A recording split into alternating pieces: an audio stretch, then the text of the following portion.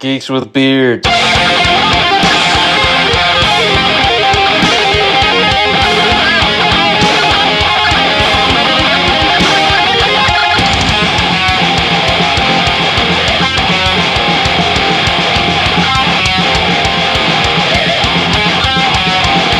Podcast. Way up she rises, way up she rises, way up she rises, early in the morning. What will we do with the drunken sailor? What will we do with the drunken sailor? What will we do with the drunken sailor? Early in the morning. Way up she rises, way up she rises, way up she rises, early in the morning. Hello, everybody, and welcome back to a new episode of the Geeks with Beards podcast. And today we are going to be covering 1989's Marvel Comics Power Pachyderms. Yeah, you heard it right. We're going to be talking about some elephant heroes here just in a few minutes. But before we jump into that, let's catch back up what's been going on since our last episode, man. Well, I'm musically retired now. Yeah, I seen that, man. How did that last show go for you guys? It was great. It was emotional, but it was great. Of course it's going to be, of course, yeah. But as far as fun stuff goes, I watched the Constantine movie for the first time. Okay, yeah, Keanu Reeves one, yeah. I kept falling asleep, not because of the movie. I was just dead tired, but it's okay. I still prefer the other guy. Oh, the dude, The TV show one. yeah, the TV show guy. Yeah, well, yeah, visually he definitely matches. Mr. Edward Kenway. Yes, sir. Yes, sir. Man, the NBC did that show wrong, but at least CW brought him back. Yeah, for Legends. Yeah, for Legends. He made Legends, man. Yeah. And then I did pre-order that Assassin's Creed game. Yeah, what all difference is it besides, I guess, visually from the original release of Black Flag? They've rebuilt the whole visuals. They've changed the combat a little bit, so you're not gonna have that counter system. It's supposed to be more free flowing. Okay. I guess more like the modern day ones, which scared me. But I wonder how that'll affect the ship battles. I wonder. they're supposed to add like more stuff you can do with the ship battles. Like you're supposed to be able to add more to your crew and have more parts to your ship. Okay, so you are still going to be able to upgrade your Yes. ship and stuff. Okay. And it's still supposed to be like free flowing, like you jump off the ship, go to an island, that type of I stuff. hope so. That was one of the funnest parts about that game. Yeah. Was be able to just jump off pretty much any random island and do some shit and jump back on your boat and go on. Yeah. And I'm kind of tired of open games like that, but this one, it gets past. You know me. You got me into the Assassin's Creed stuff. I've played all of Ezio's games, the 3 that he was in. 'Cause I never played the very first game at all. You can skip it. I played, well, I guess you'd say what, 2, 3, 4? I guess that's kind of how you would say it, kind of. Kind of, yeah.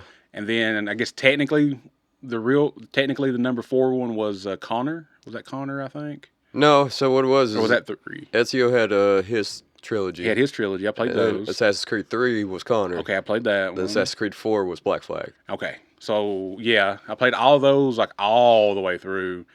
And then like I've said on here several times, I did not play which one was it? Was the French Revolution?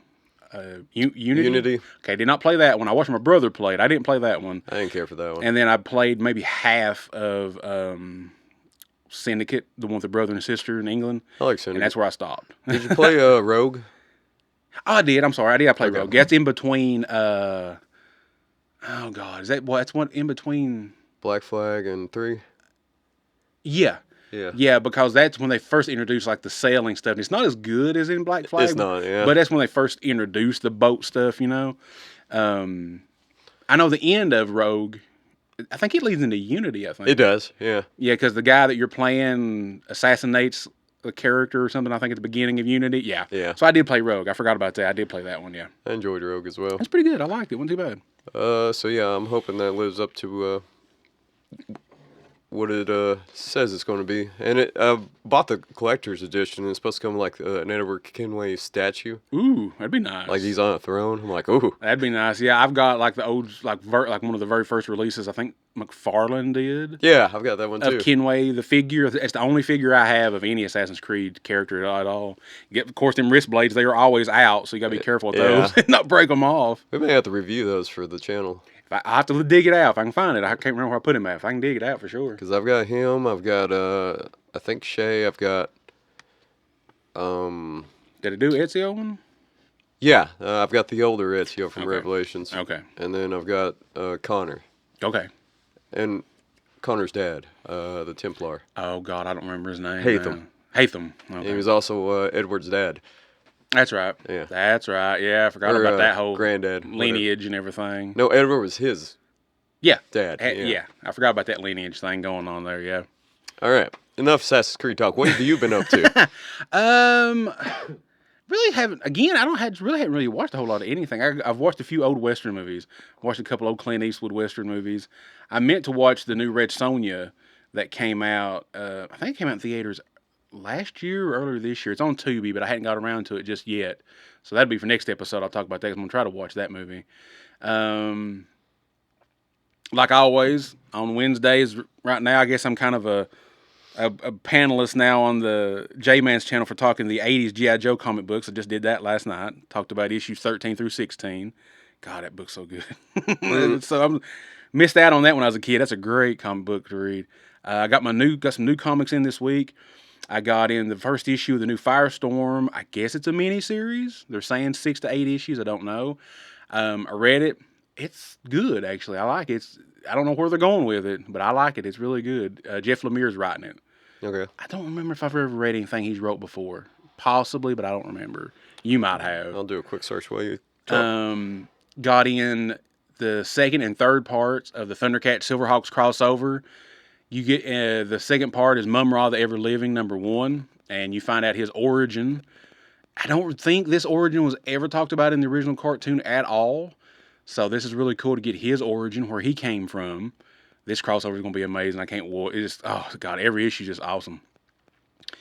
And got in the Energon Universe G.I. Joe #21. And it is paying homage to the original 80s comic G.I. Joe #21, also known as the Silent issue. This one is, we'll say, semi-silent, because I guess for the modern audiences, they felt like they needed to put a little bit of exposition in. So you have just a tad bit of exposition at the beginning of the comic and a little bit at the end of the comic. But everything in between is silent, no dialogue. It's all panels, action, artwork. I like when they do tells that the stuff. story. So this is their homage to the original silent issue back in the 80s, which also was #21. I wonder if we could cover a silent issue, because there's a Batman and Robin one where Robin had died and the entire thing is silent. I feel like we could. That'd be cool. I think we describe stuff pretty good, so I think we could cover that just by looking at the artwork and just saying da-da-da-da-da, you know. So might throw that in there. I don't see that being a problem at all. Jeff Lemire, as far as stuff I've read, he did the Extraordinary X-Men, he did the Inhumans versus X-Men story. Okay, yeah, I've read that, I believe, then. Okay. He's done a little bit of Justice League, and then he did Old Man Logan Volume 2. Okay, yeah, okay, I think I own that. Or I did own that, I believe. So, yeah, okay, I have read that at least of his. Okay. Yeah, that Firestorm #1, it's really good. I like it a lot. I'll do real quick spoilers on it. Basically, it opens with Firestorm in Bedford, Colorado, this little town, and he basically uses his transmutation powers and turns everybody either into stone or glass. Okay. And so the government calls in a former girlfriend of his from the original comic books, and Firebird, if I remember her name right, I think it's it, and to try to see if she can talk him into some sense, because they don't understand why he's doing this for.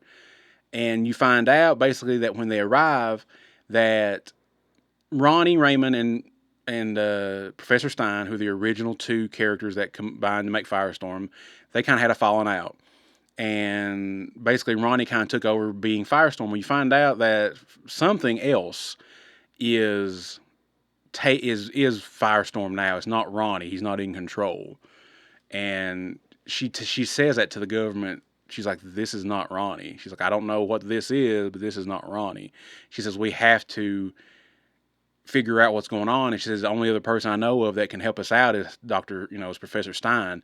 And you see at the end of the book that he's long-haired, growed a beard out, and to me the artwork looked like he was standing naked in front of a fireplace, burning papers, and it's like says Project Firestorm. Is it sentient? And then that's how it ends. So something's going on with Firestorm, and stuff. So I'm curious to see where Jeff takes this version, and it's cool too because they talk about briefly in there. They talk about the different versions of Firestorm.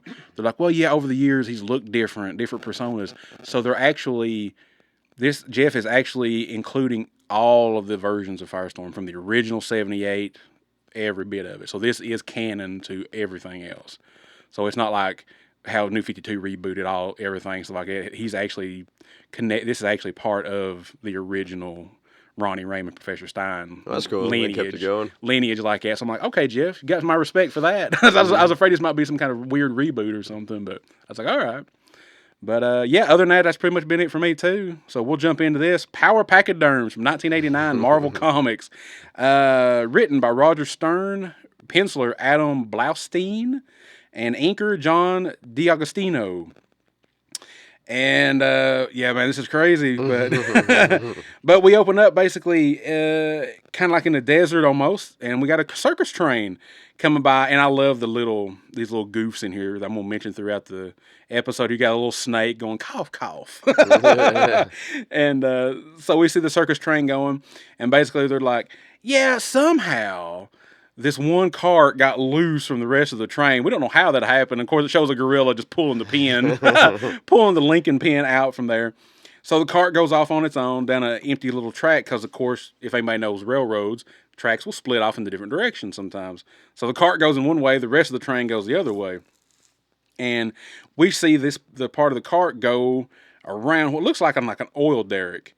And, of course, then we have these nuclear signs that says, Nikki Nuclear says nuclear contamination is bad for you. Danger. Atomic test ground. And then we see a little sandcastle with a little bucket and shovel there. And this is cool here because this is basically recreating the Incredible Hulk origin here. Yeah, it is. You kind of have like this old school villain with a monocle and a black mustache and beard and top hat, and then you have a character who's definitely Bruce Banner, but they don't use that name, they just call him the Scientist. And he sees the car go through that area, and he's like, oh my god, you've got to stop the testing, Ty, go out there and rescue those animals and get that car out of the way. And of course the bad guys, he's twirling his mustache and he's like, of course I will, yes, of course I will. So here goes the Scientist running out. He's like, you got to get out of here. You got to back up. You got to move. This is a dangerous place. You can't be here. And, of course, the car is full of nothing but elephants, our pachyderms. And, unfortunately, like in the Incredible Hulk book, the testing doesn't get called off. So the guy is like, I don't know if he's supposed to be a magician or what, but he's showing another scientist and the general a card trick. He's like, is this your card? And of course, he throws all the cards up in the air. And as he's doing so, you see behind him, he's pushing the big red button. And he's counting down 2, 1, 0.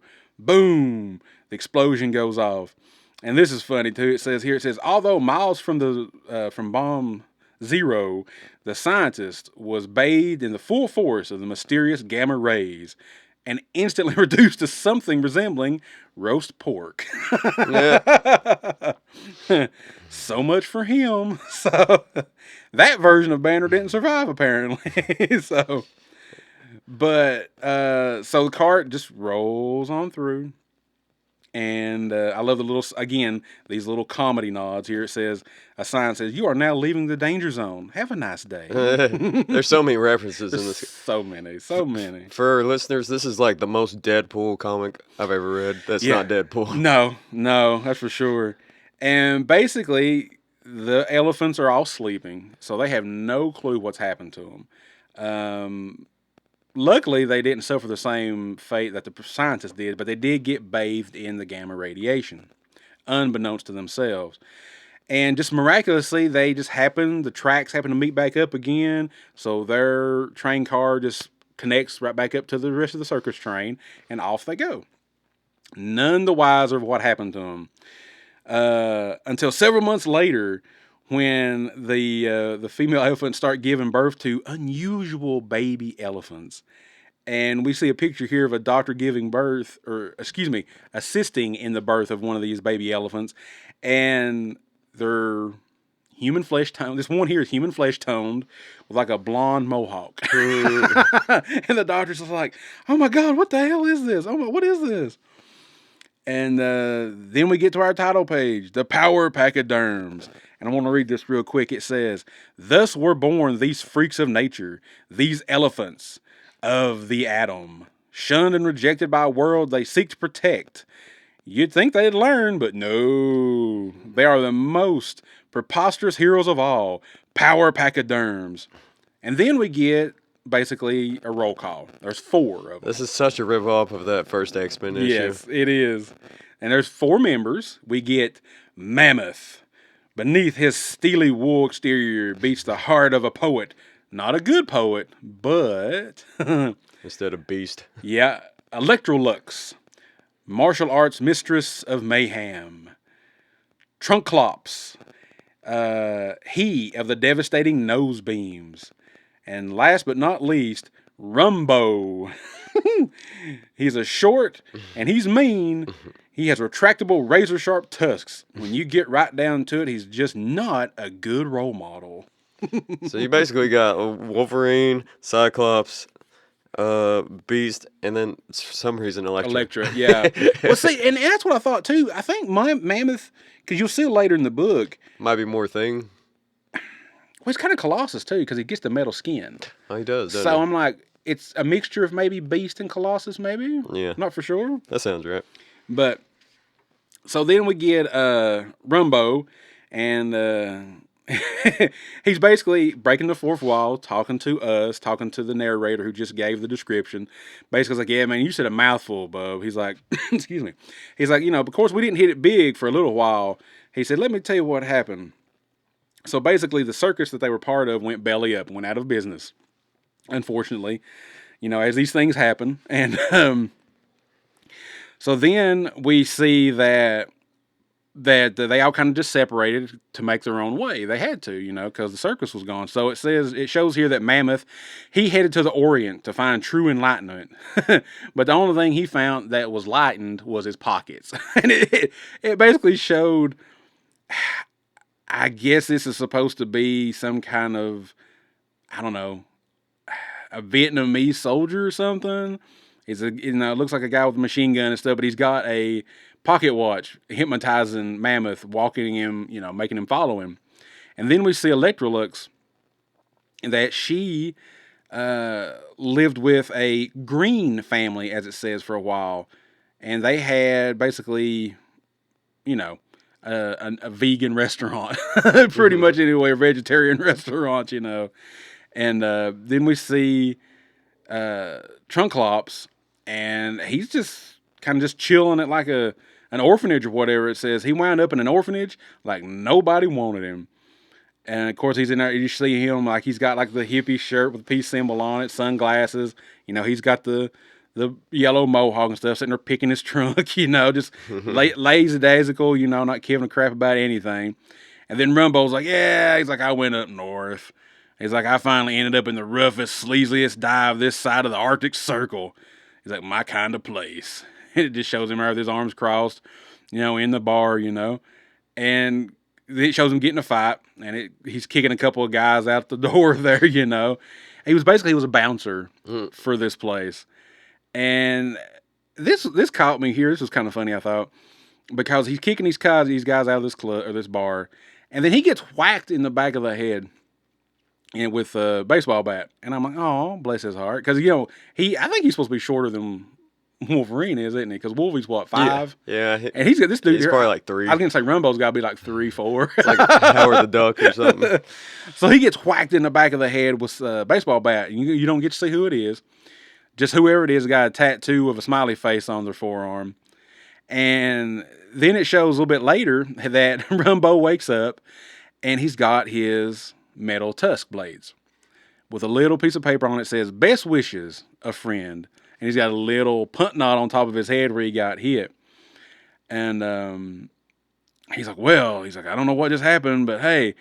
So he basically has to figure out how to, what it says here, what muscles I had to figure out to retract my tusk. He's like, you don't want to know where they went to when they retracted.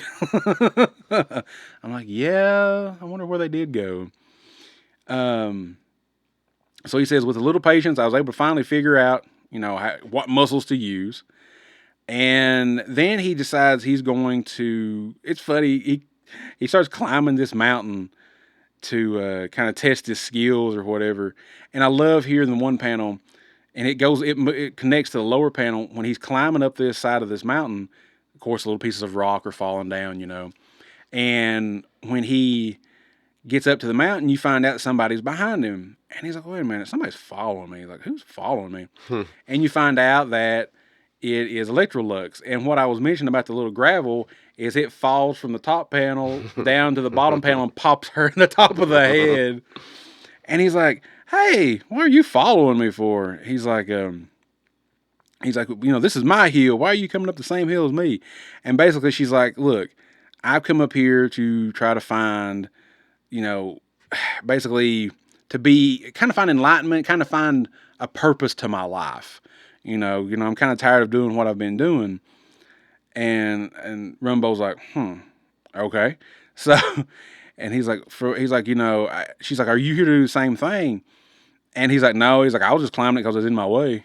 Just which way I was going. But she tells him, that she's wanting to seek enlightenment from 4 perfect masters.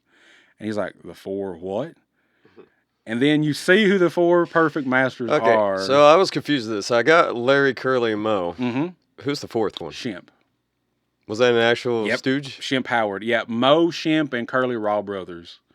Yeah, Shemp was with them. Oh, damn. I know I'm going to be wrong about this probably. I want to say Shemp was with Moe and Curly before Curly? Then Curly came in. Then he started having medical problems, and then Shemp came back, if I remember right. I think. But yeah, they were all brothers, yeah. I think Shemp was the oldest. I don't remember now. I think Shemp was the oldest of the brothers. But yeah, I was like, so we got the 4 Stooges. And I was the first time I turned on this and I read this, I'm like, what the hell? But it was awesome to see that, though, because I'm a big Stooges fan. I like the 3 Stooges. I think they're funny as hell. I like them. Okay, I've never actually sat down and watched it. I mean, it's just a lot of physical comedy, just goofy little skits. Yeah, definitely slapstick stuff all the time. So they are the 4 perfect masters. He's like, one of them says, I'm Sprite, I'm Schlep, I'm Schmo, I'm Shtick. Your coming was foretold. He's like, yeah, and basically Curly's like, yeah, it was in the script. Yeah, yeah. Of course, Moe does his thing. He smacks him around.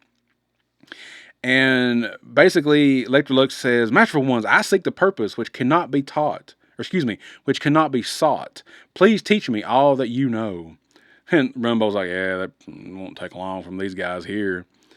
And so basically they tell them that you have to defeat this great evil.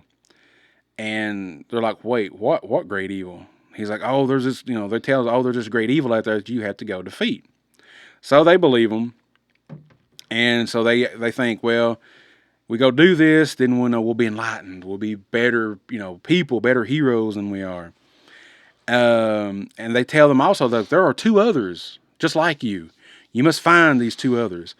And she's like, really? He's like, well, how do you know about these 2 others? And of course, the Curly character is getting ready to say, because they're in the script.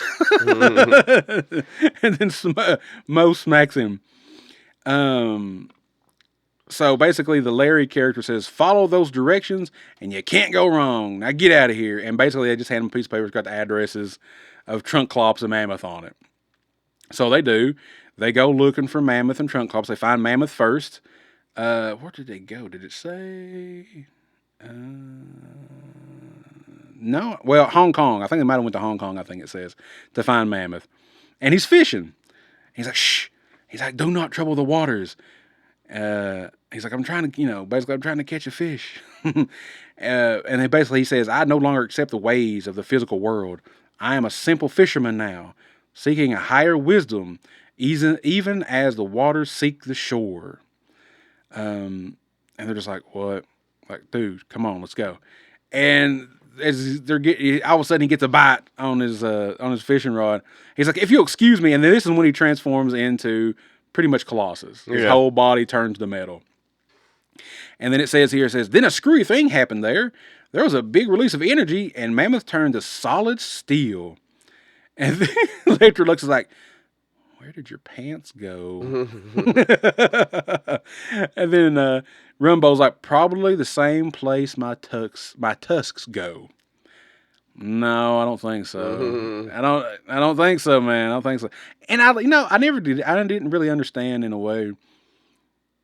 I get the nameplay Rambo. I get that, but you figure they might have tried to have done something. I guess it's been too much on the nose to try to do something close to Wolverine or Logan. I guess maybe.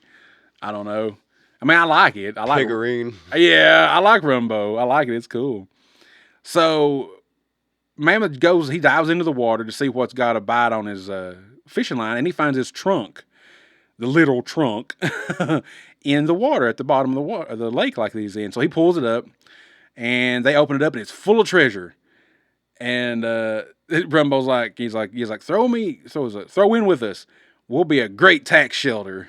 Because this is full of jewels and gold and everything.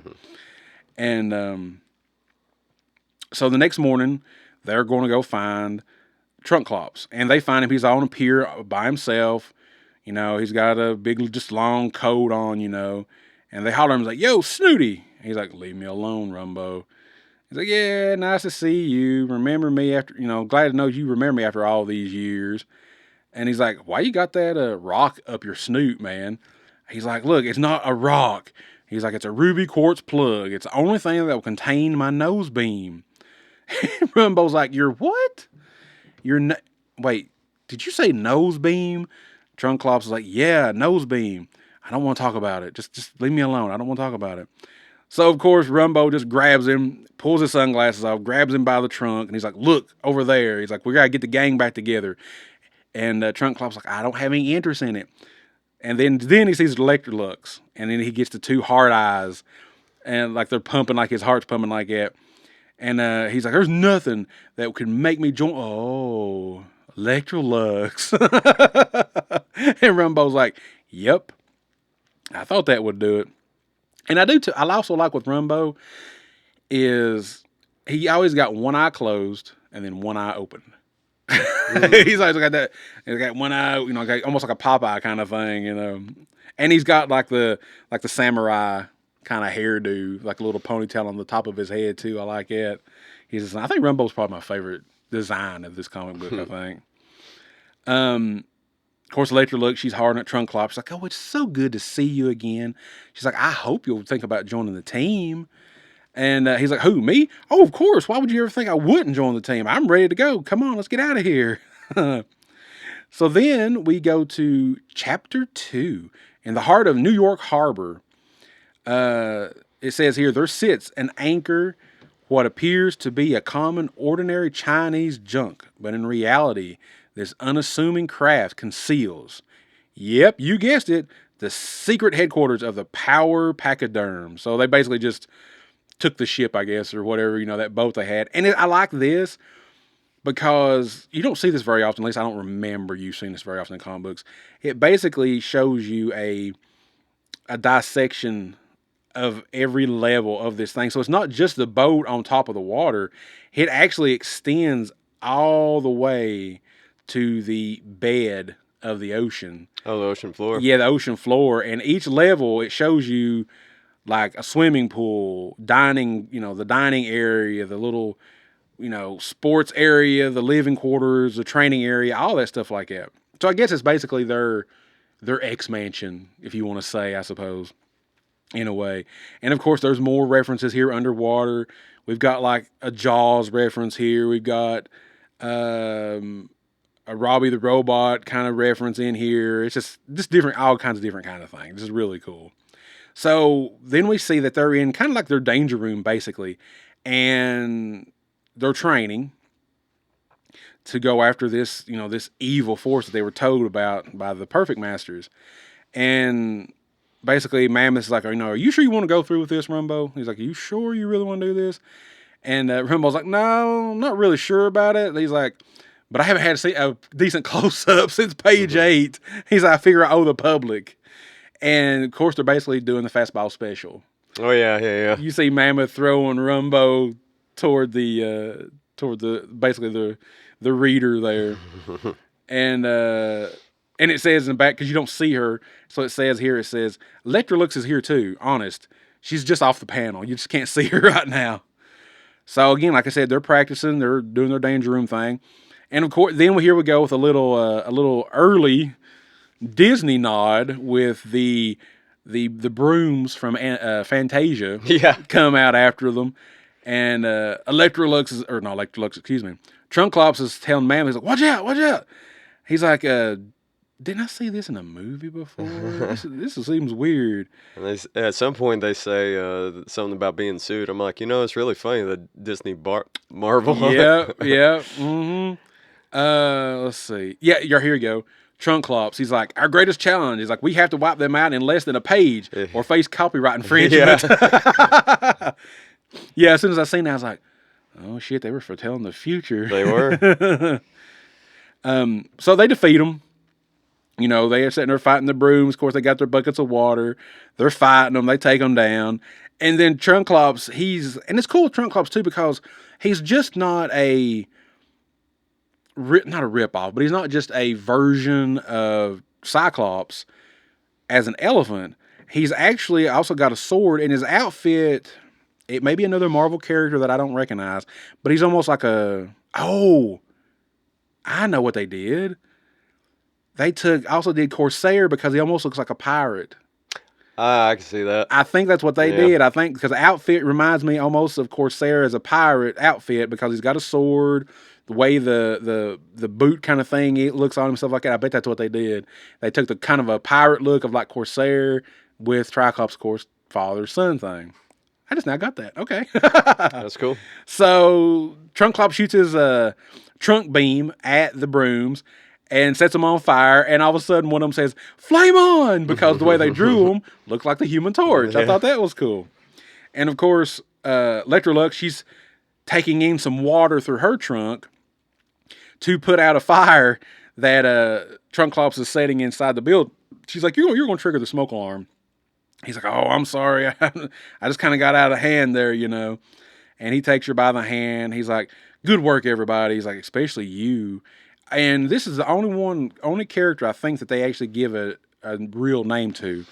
Electrolux's name is Ellie. He calls her Ellie. Mm-hmm. He's like, let's do this again soon. And she's like, sure, later. And of course, you've got Rumbo. He's like, you kidding, Lops? He's like, I've already had my shower for this month because she just sprayed water everywhere. And of course, I like how they got the artwork like she's sashaying out of the room, And it's a little risque, this next panel. I don't know if I appreciate this or not. We get a naked Electrolux in the shower. That's mature. Yeah, no, I'm kidding. It does, but it don't. It's a pig, Dan. What do they call that? Animorphs? Is that when it's... I guess so, yeah. I mean, she's an attractive... Hey. Anyway, so Trunklops... Leave the bacon alone. She's an elephant. Oh, yeah. I keep saying pig. She got a nice trunk on. Anyway, so... My bad. Trunklops comes in, basically just eyeballing her while she's in the shower, and he's already dressed up, got his, I would almost say... Miami Vice, suit on. He's got the sleeves rolled up. It's a white suit with a black shirt and a white tie. He's got his sunglasses on, and he's like, I need to ask you something, Electrolux. She's like, what is it? He's like, can we talk for a second? She's like, yeah. She's like, what's wrong? Are you upset or something like that? He's like. It isn't you, Ellie. It's me. He's like, I'm very attracted to you, but for all the wrong reasons. And he says, you see? He's like, I was in love with another, but one night while watching Wild Kingdom, she got a peanut caught in her throat. I tried the Heimlich maneuver, but it was too late. He's like, here's her picture. And he's like, I thought I'd never find another like her until I saw you. And he's like, yeah, look, she looks just like you. And she's like, she's like, you son of a gun. She's like, this is a mirror. She's like, you piece of garbage. She's like, you had me fooled almost thinking about this story. She's like, what kind of story is this? Why would you make up something like that? She's like, that's terrible. Of course, Rumbo comes in like, she's right, bub. He's like, I can't believe you thought somebody would buy that story. It's lame as it. He's like, that story's lame as it can be. He's like, what were you trying to do?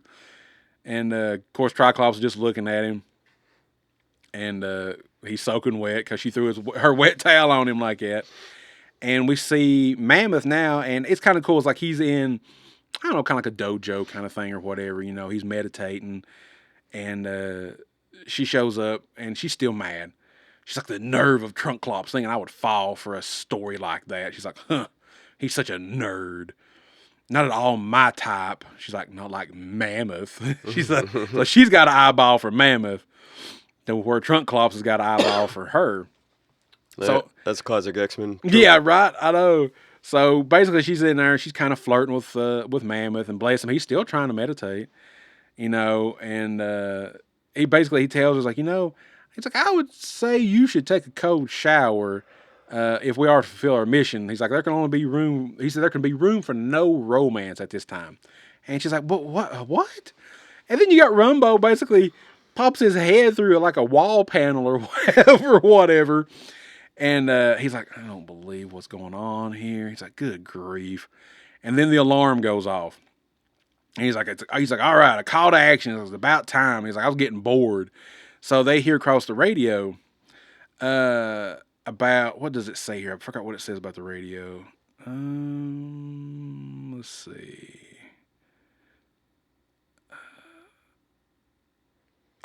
Talks about here. It says, listen up, all of you Cerebello, our world-wide brainwave scanner has finally gotten a fix on our first... Oh, this is Trunklop's saying this. I'm sorry, I thought it was the radio. Trunklop's is saying this. Basically, he's saying that their version of like Cerebro is finally got a fix on their first adversary, the big evil that the guys were telling them about. And it says the signal is coming now on the criminal band. All we have to do now is follow it to its source. Rumbo's basically like, yeah... So it don't sound too bad. It sounds like a little bit of Stevie Ray Vaughan. And if nobody gets that, that was a popular singer at the time. And so we jump to a nice little country house. And it says Magneta's Conservatory of Music. And at first, when I saw, I'm like, what the hell? Like, this is basically Magneto. But you should see the artwork of this. He's got real pointy ears. He's got real, like, almost like devil horn design for his hair on each side like that. He's skinny. He's goofy looking, but, it's supposed to be Magneto. And so basically, like it says, he's like a music school. He's teaching people how to play music. And he's teaching this lady. He's like, oh, Mr. Magneto, how can we ever thank you? He's like, by paying your tuition in advance, young lady. He said, that's thankful enough. And for some reason, I got in my head his name was Clarinetto. Oh, okay. I got you. Okay. And then he's thinking to himself after they leave, he's like, another day, another $50,000. This prep school scam is the best thing I've ever come up with yet. He's like, a few more suckers. But before he can finish his thought, we have the Power Pachyderms crash through the window. And they're like, sorry about your window, sir, but we couldn't wait. We're the Power Pachyderms, and we're on an urgent mission. He's like, don't worry, we're fully insured. Because I don't think they know at this moment that he's the bad guy. They just know that the bad guy is in the area at this time. And what is it here? Oh, Rumbo asks him. He's like, yeah. He's like, no. He's like, we're on the trail of a neo-Nazi creep. Like, whoa, okay. And we aim to put him away. He's like, you seen any suspicious people around here? And Magneto's like, besides you four? No weird people around here. Just normal old me teaching people music. He's like, nothing weird.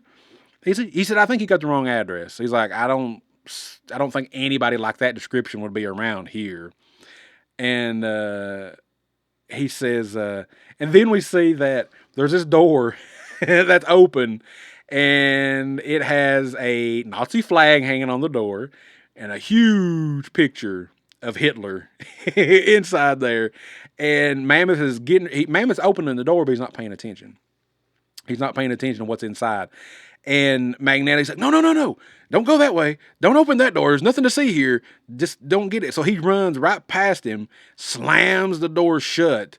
And Mammoth is basically like, whoa, dude, what the hell? It's like, chill. It's like, it's okay. But as soon as he does, the helmet that's hanging above the door falls on his head.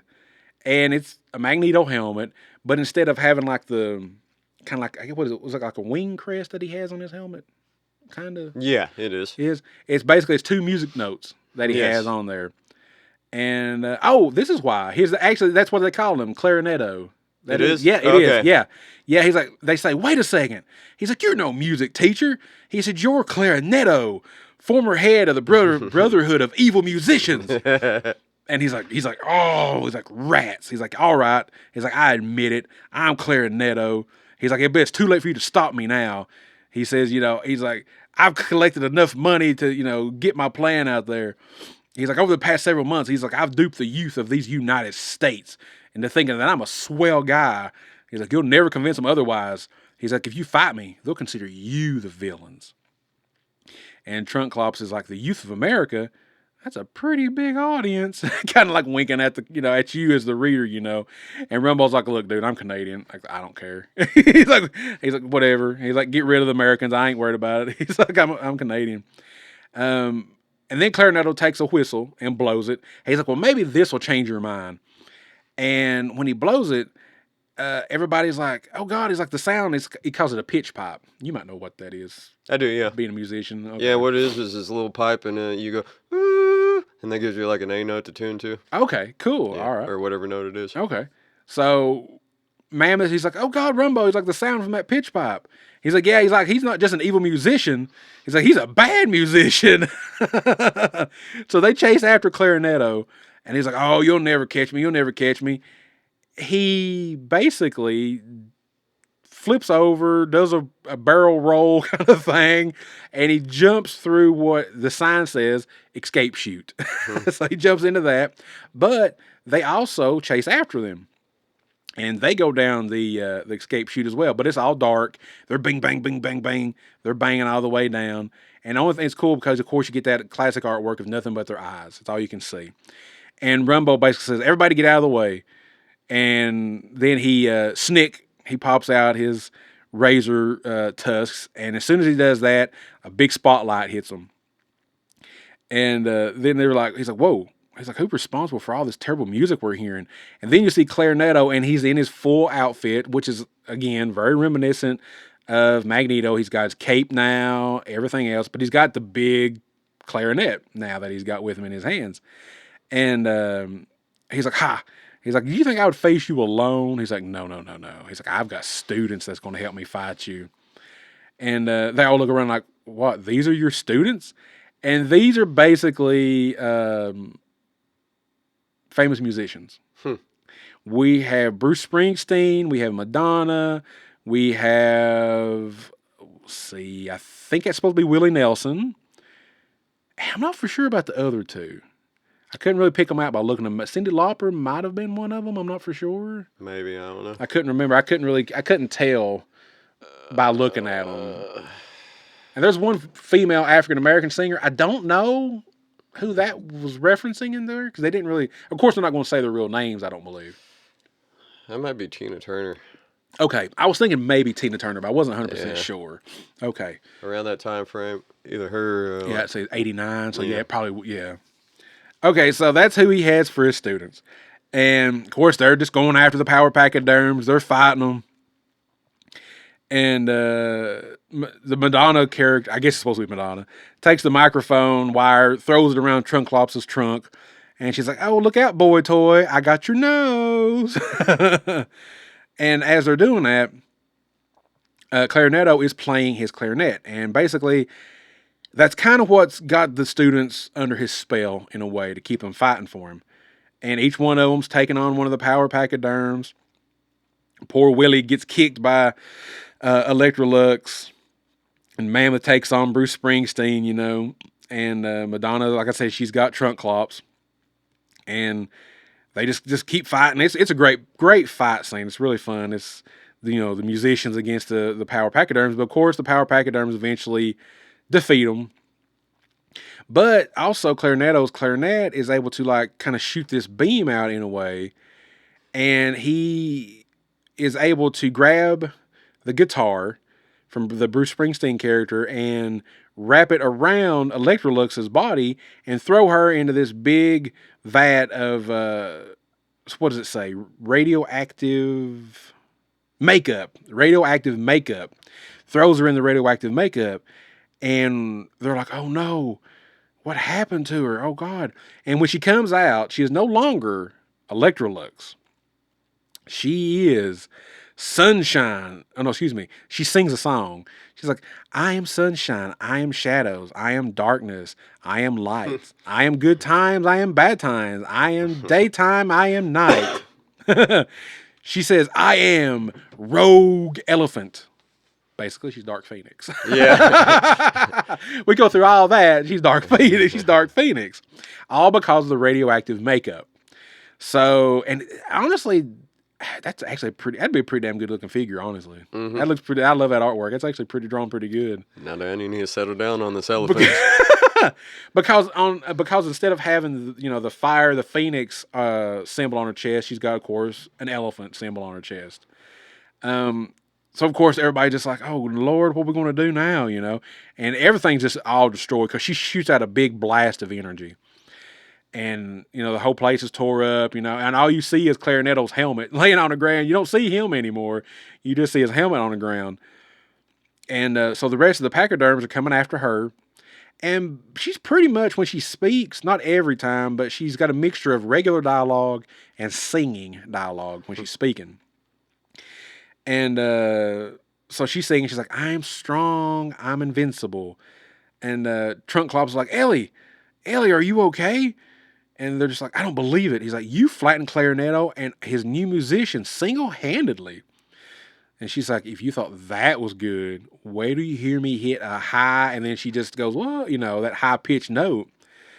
And she destroys like the whole house. And then you see three other characters drawn here. Now, again, I'm not sure who these are supposed to be. Well, I know who one is for sure.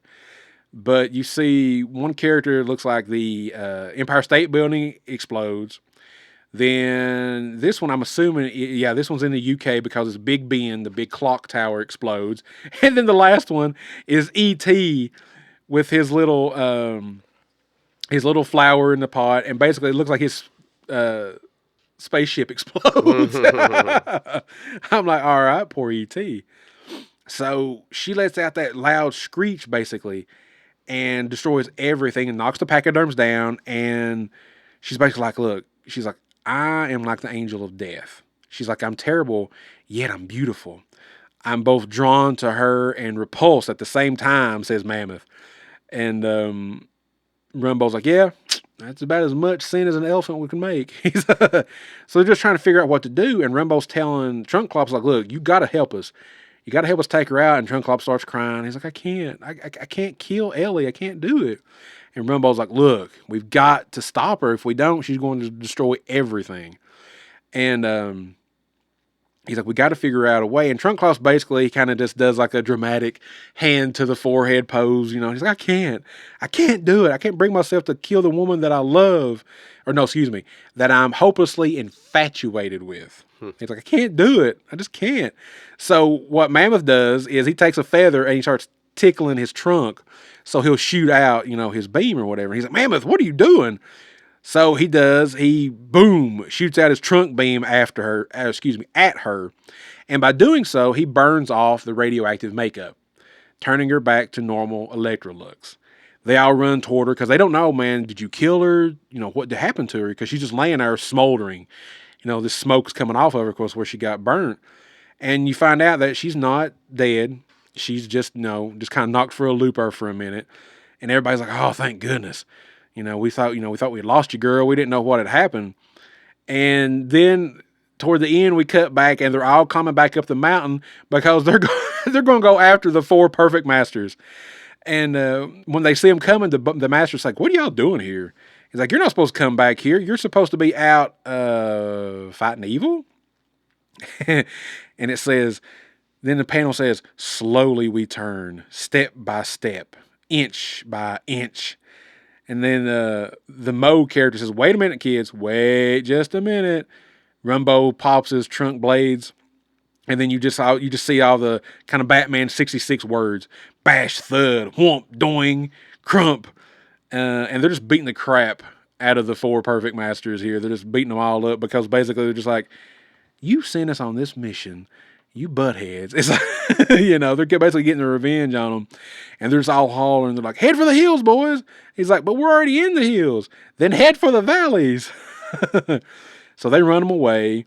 And after that, we see that Rumble and all, they're kind of just discussing. He's like, that was a pretty satisfying fight. I don't know about you guys. He's like, I'm pretty happy with myself.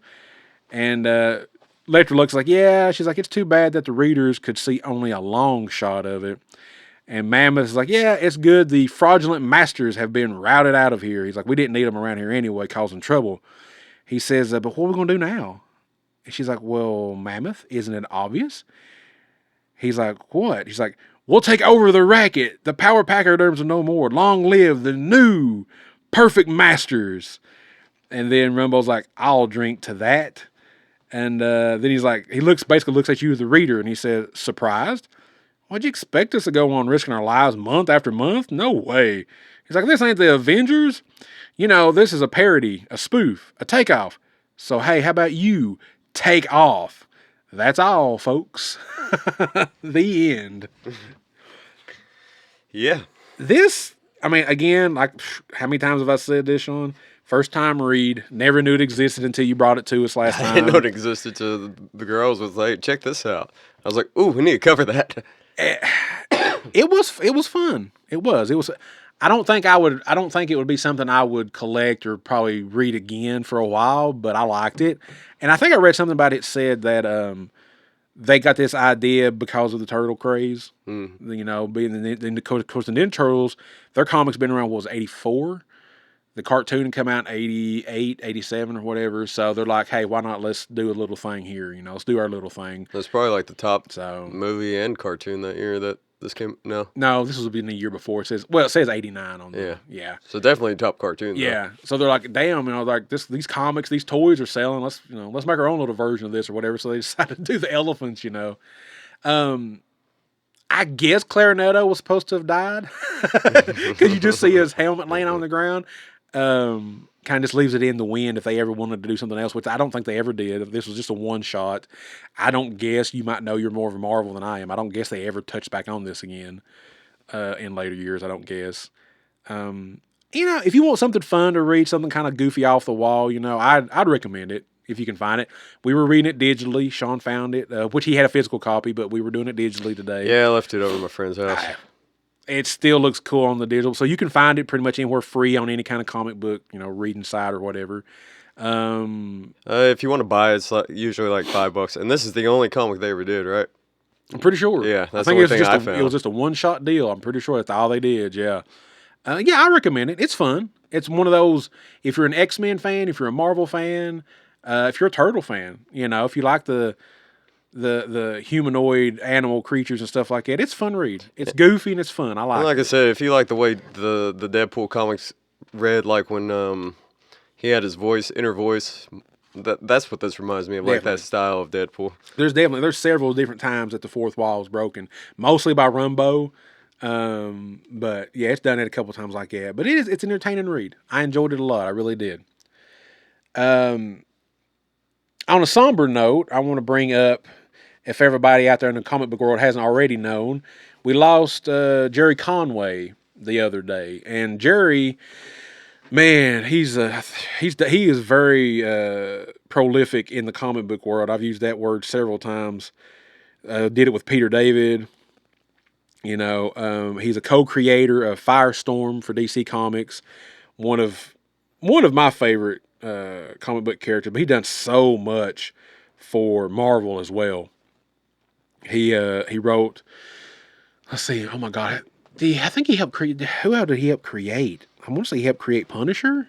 I think. I forget now. Yeah, he created Punisher, Ben Reilly, Jackal, and the first Miss Marvel. Okay. Awesome. Yeah, he wrote the death of Gwen Stacy. He wrote the death of Gwen Stacy. Yeah, he has done so much, and there's a lot other credits that he has. Just there's so many. It's kind of hard for us to speak upon everything, but those are the high notes of it. I forgot about this until somebody on a Transformers page mentioned it. He also wrote a few episodes of the original 1980s G1 Transformers cartoon as well. And I believe, if I'm not mistaken, he also wrote for G.I. Joe, the 80s G.I. Joe cartoon as well. So Jerry did a lot of stuff. He did a lot of stuff, and it was, unfortunately, it's sad when we lose these people, on a fan level, because we've read some of their stuff. Like I said, I really, really like Firestorm. It's one of the, his characters that he helped co-create that I really enjoy. So it's sad, unfortunately that happens though. So I just wanted to mention him, give him a little respect on this episode since it just happened a couple of days ago. Also for He-Man fans, we also lost He-Man creator Roger Sweet. He passed away. Unfortunately, I don't really have a lot of history on him other than that. He helped work on He-Man. So a couple of deaths in the pop culture, world that we lost today, or the other day. So, but Jerry, you'll be up there with Peter David, man. Be still writing them comic books, you know what I'm saying? And it's cool to know that. Yeah, I know he co-created and stuff, and I guess I don't know how we've talked about before with the rights and stuff, but it's good to see that his creations have kept going all these years later. Firestorm, Punisher, Ben Reilly Spider-Man. I like that version of Spider-Man. I like Ben Reilly. A lot of people didn't like Ben. When he first got introduced during the clone saga, people was like, "What?" I kind of like Ben Reilly. Of course, the Gwen Stacy story. That's a prolific story in the Spider-Man. Mythos and everything. So. Hey.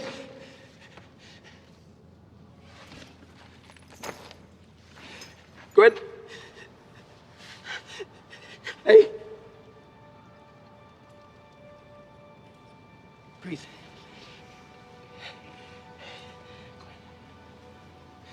Hey.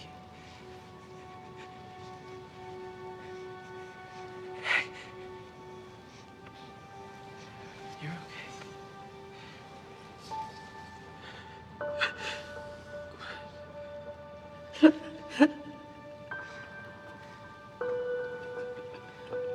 Stay with me. Stay with me. Stay with me. Stay with me. You stay with me. If you want to reach us and ask us any questions, suggestions, anything. Oh, we did have a question. Oh, did we? Before you start right, spelling off our list. Before we're not doing the house cleaning, go ahead. So, I put on there, what animal would you choose to make pretty much a team like we just read? Yeah. So, first comes in from Sean. He says, does animal from Muppets count? I said I would allow it. Trenton says turtles, which we all know that worked. You said bats. Why not? Bats are cool. Like bats with what kind of like bat team would you make? Oh man, I don't know really. I don't know. I guess kind of do. Kind of. I guess I don't know. Kind of a turtle team, but with bats, maybe. All right. I guess. I didn't really put that much thought into it. I just messaged the animals. Spot. All right. Ian says the best already exists in that squirrel girl. So I was like, yeah, she's pretty cool. I've never read any Squirrel Girl, but I know the character though. I think I would choose possums. Okay. I mean, yeah. Yeah. They got the tail. They're cute. They're a menace. They play dead. Yeah. But they're mostly nocturnal animals, so they don't have to be able to fight crime at night. So is Batman. True too. Yeah, true too. They wouldn't have the You know what their villain would be? What? Roadkill. I was getting ready to say. I was getting ready to say. Are they going to do the roadkill thing? Yeah. Possum Patrol or something like that. Possum Patrol. Awesome possums. There you go. Awesome possums. Trademark that. No, but It's copyrighted. yeah, there you go. So yeah, if you got any suggestions for an animal team other than what we got in today, we can be reached at our Facebook page. We have an Instagram page. We also have an email, geekswithbeardspod@gmail.com. We have a Discord that's free to get on there and talk about anything you want to talk about, movies and games, cartoons, food, anything that you want to talk about on there. And we have a YouTube channel where our audio episodes are up on there for you guys to listen to. We're on all the podcast platforms, Spotify, Apple, Podbean, whatever else is out there. We also have toy review videos up. We just dropped one not long ago. Sean did, where I did okay job on Transformers Dark of the Moon Ultimate Optimus Prime toy. I appreciate everybody. It's got some good views on it. I appreciate everybody that took your time to watch that video and listen to our episodes. We appreciate every listener and watcher. Sorry it took like 16 years to get that episode out. Man, life takes time, man. So we appreciate every listener and every watcher that we have out there. I also have a little thing that I do, Dan's Comic Corner, where I review the new comics that I'm collecting at this time. I just recorded a few more videos that I think everybody will enjoy that will be dropping in the near future. I got some new books, like I said at the beginning of the episode. I'm going to probably record a couple more, have them in the back of my pocket, when we need them. So our next episode, in celebration of the new Masters of the Universe movie coming out June 5th, I'm going to bring in my 1987 Master of the Universe comic adaptation one shot that they did back then, and I think you'll like it. And what's cool about it, I'll say this now, what's cool about it is that the artwork of He-Man and pretty much all the other characters, except for the movie exclusive characters, are drawn to the old animation style. They don't look nothing like they did in the movie. So He-Man looks like the traditional He-Man. He doesn't look like Dolph Lundgren in the comic book at all. That's kind of disappointing. Yeah, I guess the comic guys just find it easier. Or, well, maybe it was legalities too. I don't know at the time, maybe. On likeness rights. So they just decided, we'll just draw them the way the cartoon looks and stuff. But I like it. I think Sean will enjoy it. So that'll be our next episode. We'll be covering the 1987 Master of the Universe comic adaptation. And I think that's it. We'll get out of here. And until next time, guys, have a good one. Deuces. Up in the sky, look! It's a bird! It's a plane! It's Geeks with beards.